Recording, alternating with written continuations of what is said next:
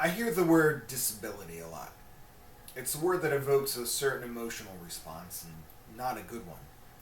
But what about the root word, ability? I was walking down the street and noticed that no plants, bugs, or animals were crossing my path. I could easily walk a straight line without encountering any obstacles or challenges. My mind made some of its usual strange associations, and down the rabbit hole I went. It started with my favorite question: why? I identified two reasons. First, and this one is pretty mind blowing if you think about it, we can. We possess the ability to cut back brush, flatten the earth, and cover it in a type of stone we can create in hours, not millions of years like natural stone. As someone who's never laid concrete, this is wild to me. What's even more impressive is the second reason. Nothing else can stop us.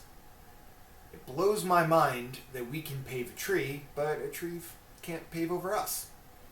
I think about the scene from Lord of the Rings where the orcs had been cutting down trees and the trees fought back and won. They stopped them.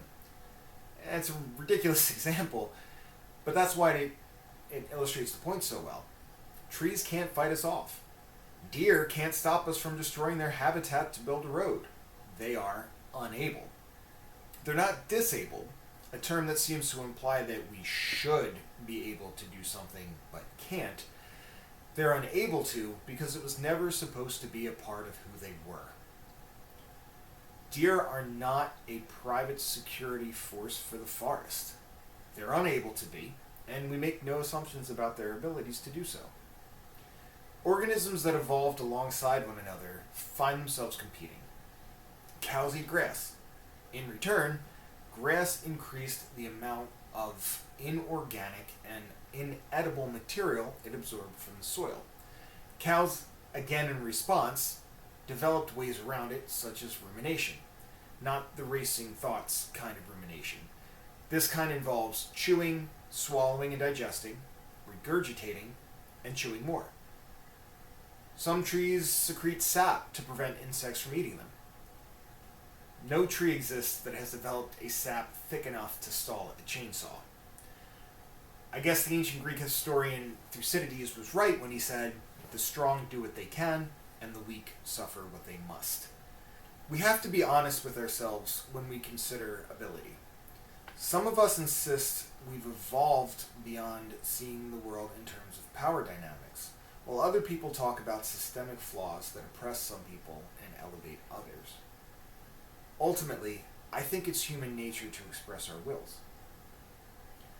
More than that, it seems to be what all life does.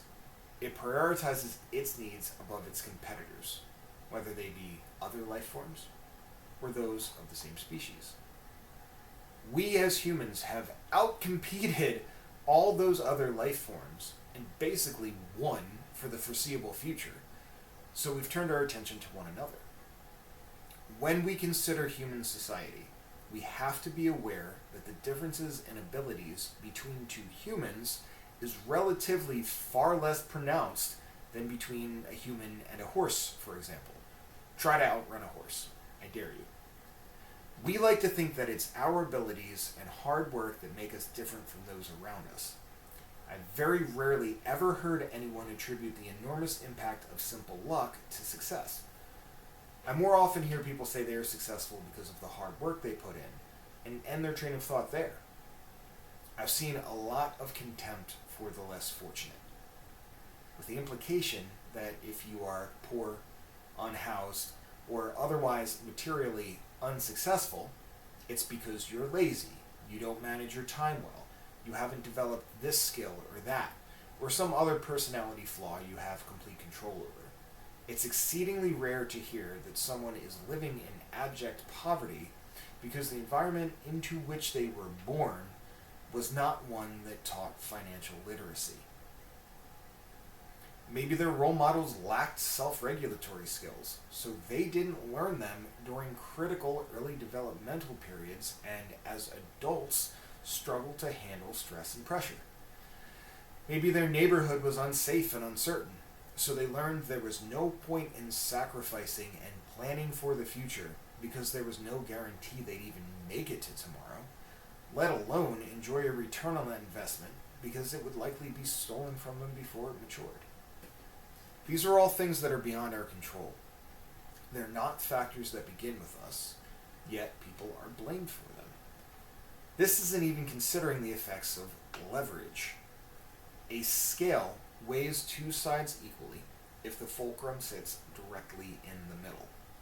In human society, the fulcrum is often offset far away from the elites, who enjoy a nice, long, comfortable lever by which to move the populace.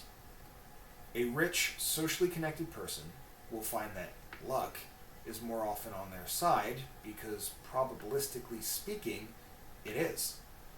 It is more likely that this person will encounter someone who is in a position to give them a job. It is more likely that they will not have to sacrifice their future to survive the present, so they can think long term and establish themselves. For those closer to the fulcrum, who jump up and down with all their body weight and strength and still don't notice the lever move, they learn frustration and despair. It doesn't matter what they do. Nothing will come of it anyway. They give up trying to make a change and adapt to the immediate needs of their lived experiences. They learn to focus their efforts on getting by day to day and don't invest long term. They don't engage in wealth building activities.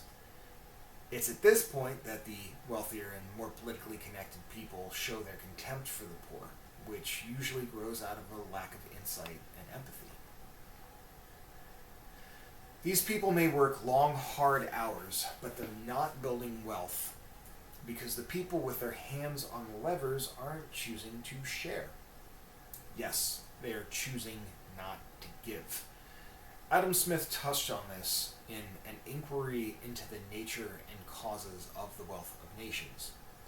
The person who has the materials necessarily has to support the physiological needs, such as food and shelter, of the person with the skill to work these materials. The worker is not going to be doing much if they're not eating, because eventually they just wouldn't be alive anymore. A timeless debate is, to what extent does the one with the materials provide for the one doing the work? How much wealth and influence should those who have it be morally obligated to share? Knowledge isn't power. Knowledge being used is. Understanding all this isn't any good unless it can inform our decision making. How do we make use of this aspect of human nature? That some people are more able to exert their influence largely due to reasons outside of themselves. That there are others who are less able and will experience more negative effects as those with the influence prioritize their own needs. First, be aware of where you fall on that scale. Do you and your family possess more or less material wealth? Would you consider yourself a high or low earner? Do you have more social or political connections or less? If you have less leverage, learn to advocate for yourself. Build social connections through advocacy groups, political organizations, or volunteer work. Educate yourself on topics like financial literacy and political science as best you can. Improve your ability to effectively speak up for yourself. If you have more influence, focus on responsibility. If you can do better, you need to. When influencing decisions that impact large groups of people, educate yourself on the needs of others in your sphere of influence, particularly those who are different than you, and create policies and procedures that benefit them as well as yourself.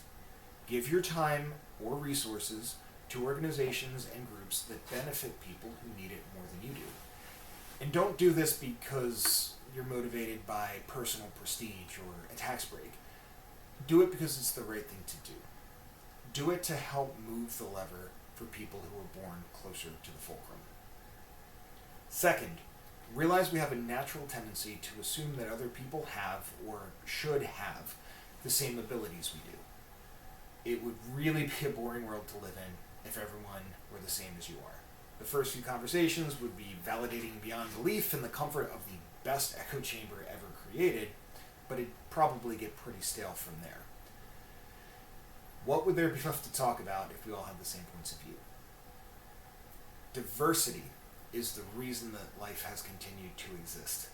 Without it, life would have been wiped out with the first calamity that ever happened. In human society, diversity itself is the source of our strength. It allows for specialization, division of labor, trade, exploration, art, and science. Scientific journal articles are credible because of peer review, a process that invites diversity of thought and perspective. We have to celebrate our differences and guard against looking down on those we may unconsciously view as below us. We should always challenge ourselves to be aware of our biases and assumptions and be honest about our tendency to place people in hierarchies. This isn't to say hierarchies aren't necessary. Imagine going to work and not knowing who your boss is. Nothing would get done. It is important, though, to know when structuring things is not necessary and can even be harmful.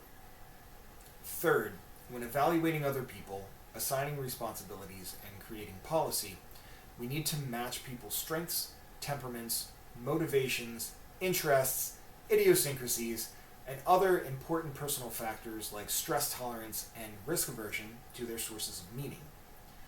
In this case, a source of meaning could describe something that is important both to the individuals themselves and society at large. This could be work, community engagement, or even hobbies. If you take a fish out of water and demand that it climbs a tree, it could spend its whole life believing it's a bad fish. There's a place and position for everyone. We should always endeavor to ensure that everyone finds where they belong.